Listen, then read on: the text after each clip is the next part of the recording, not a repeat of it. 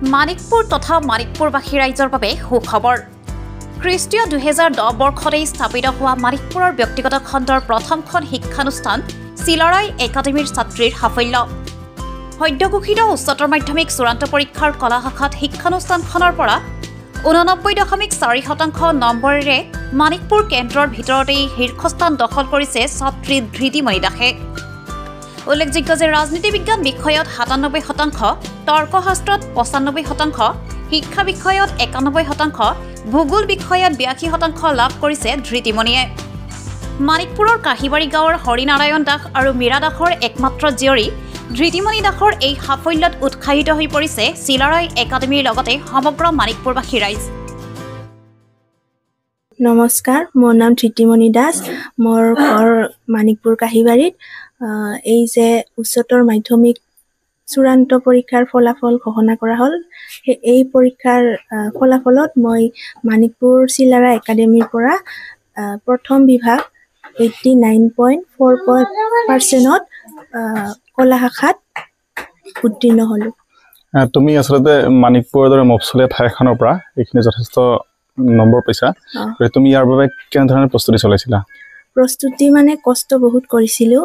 মোৰ যিহেতু আৰ্থিক অৱস্থা অকণমান দুৰ্বল হয়, তো মই সেইখিনি মোৰ পঢ়া শুনাৰ ক্ষেত্ৰত বাধা আহিব দিয়া নাই। যদি একাগ্ৰতা থাকে সকলোখিনি সফল হয়, এইটো মই কথা জানো। সেইকাৰণে মই নিজৰ পঢ়াটোক কেতিয়াও মানে আৰ্থিক অৱস্থা যে দুৰ্বল সেইটো কেতিয়াও আহিব দিয়া নাই। মোৰ পেহীয়ে মোক সহায় কৰিছে, সেইকাৰণে মই নিজৰ পঢ়াটো চলাই থাকিছোঁ। আৰু তোমাৰ এই কৃতিত্বৰ বাবে তুমি কাক শ্ৰেয় দিবা বা কাক ধন্যবাদ জনাবা? প্ৰথমতে মই নিজকেই দিম, কাৰণ মই বহুত কষ্ট কৰিছোঁ, এইখিনি কথা মই জানো। দ্বিতীয়তে মই দিম আমাৰ স্কুলখনৰ বিদ্যালয়ৰ ছাৰহঁতক। তাৰপিছত দিম আমাৰ পেহীক, যিয়ে মোক মানে আৰ্থিকভাৱে ইমান জুৰুলা হৈও যে পেহীয়ে মোক ইমানখিনি সহায় কৰিছে, সেইখিনি। আৰু তোমাৰ এতিয়া ভৱিষ্যত পৰিকল্পনা কি আছে?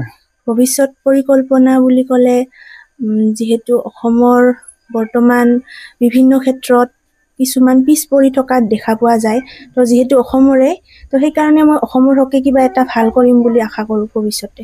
পঢ়াৰ বাহিৰে তোমাৰ হবি কি? পঢ়াৰ বাহিৰে হবি বাহিৰা উপন্যাস পঢ়ি ভাল পাওঁ।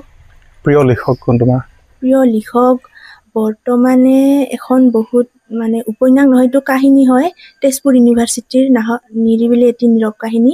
তো মই সেইখনেই পঢ়িছোঁ। তাৰে লিখক হৈছে কৌশিক নন্দন বৰুৱা।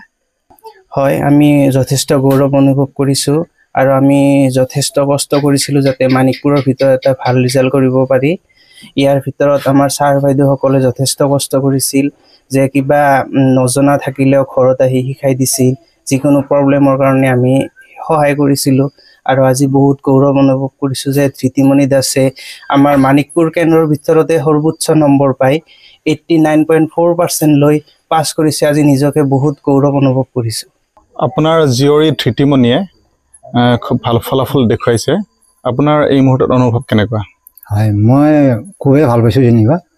তাৰপিছতে আগলৈকে যাতে ধৃতিমণিয়ে ৰাইজৰ আশীৰ্বাদত ভালকৈ পঢ়া শুনা কৰে, ভালকৈ উত্তীৰ্ণ হয়, সেইটোকে মই আশা কামনা কৰিছোঁ। ধৃতিমণিৰ সাফল্যত আপুনি মাতৃ হিচাপে কি ক'ব? মোৰ ভালে লাগিছে, ভাল কৰি উত্তীৰ্ণ হৈছে। ময়ো বহুত কষ্ট কৰিছোঁ, দুখ লাগে আৰু অলপমান।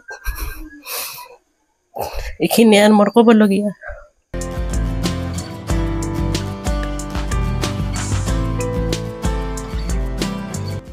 মানিকপুৰৰ পৰা উদয়ন নাথৰ ৰিপৰ্ট, নিউজ টাইম 3।